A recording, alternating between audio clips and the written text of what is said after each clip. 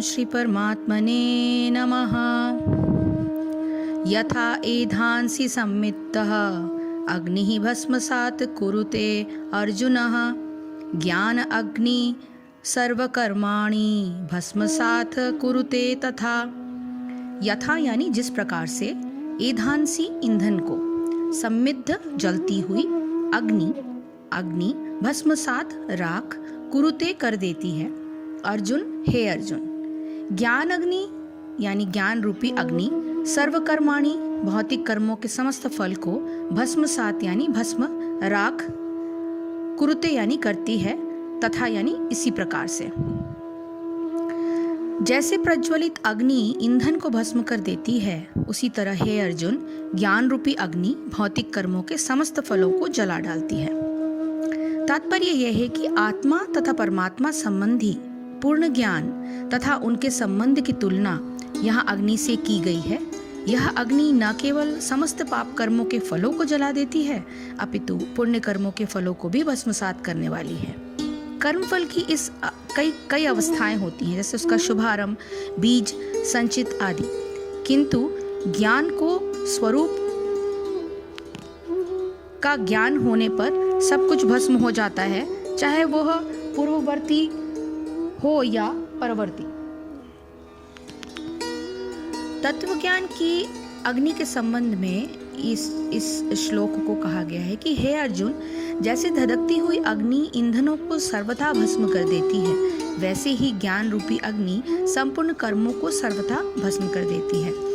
तत्वज्ञान की प्राप्ति करना ऐसा ही है जैसे अपनी चेतना को धधकती हुई आग बना देना। तत्वज्ञान से मनुष्य की चेतना आत्मा की शक्ति से आलोकित हो जाती है।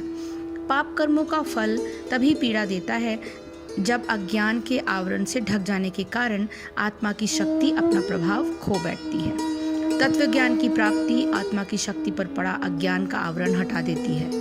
इससे मनुष्य की चेतना आलोकित होकर पूर्वकृत पाप कर्मों के फल को उसी प्रकार सह कर नाश कर देती है, जिस प्रकार एक स्वस्थ पुरुष का शरीर पुष्ट होने के कारण बड़ी से बड़ी पीड़ा को भी अविचलित भाव से सह लेता है और उसके दुष्प्रभाव से दुखी नहीं होता। इतना ही नहीं, वो अपने से दुर्बल अन्य व्यक्तियों को भी दुख सहने में सहारा देता है। यदि किसी ने पहले कोई ऋण लिया हो तो उसे एक साथ चुकाने में उसे कष्ट का अनुभव हो सकता है, किंतु इस बीच में यदि उसने अपने कठोर परिश्रम से धन जुटा लिया हो या उस ऋण को चुकाने के लिए आंशिक किस्तों की व्यवस्था कर ली हो, तो ऋण को पूरा चुकाने पर भी उसका कोई दुष्प्रभाव उसके जीवन पर नहीं पड़ता। तत्वज्ञान की प्राप्ति करना ऐसा ही है जैसे पूर्वार्जित ऋण चुकाने के लिए धन जुटाना अथवा उसके चुकाने के लिए धीरे धीरे समर्थ हो जाना। तत्वज्ञान से पूर्वकृत पाप कर्म भी ऐसे भस्म हो जाते हैं जैसे धधकती हुई अग्नि में पड़ा हुआ ईंधन।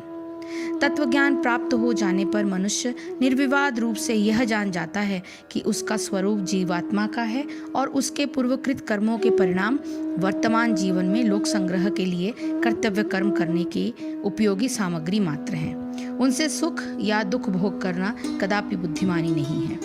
ऐसा करने से वह वर्तमान जीवन के कर्मों के परिणाम को भोगने की विवशता से और आगे शरीर धारण करने के बंधन से मुक्त हो जाता है।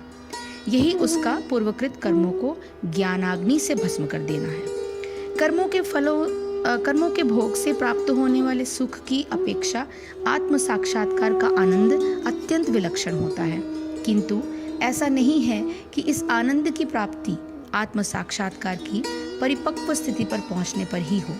आत्म साक्षात्कार के मार्ग में अपनी प्रगति को निरंतर आंकते रहने से हृदय में इतनी सरसता और उल्लास हिलोरे मारने लगती हैं कि उस मार्ग में पग धरते ही आनंद का अनुभव होने लगता है।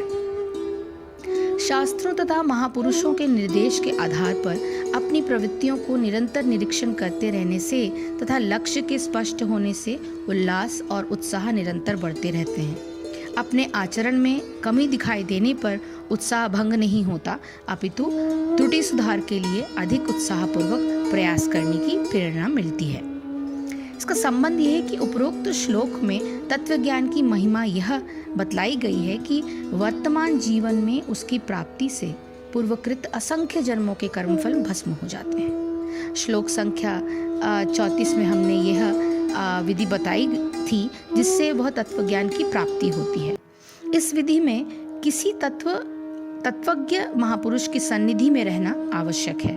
अब भगवान यह बताते हैं कि उसी तत्वज्ञान की प्राप्ति कर्मयोग की साधना से सुगमता पूर्वक कैसे हो सकती है। इसे बताते हुए भगवान आगे के श्लोकों की व्याख्या करेंगे। हरे कृष्ण कृष्ण कृष्ण हरे हरे, हरे राम राम राम हरे हरे। जय श्री कृष्ण, जय गुरुदेव।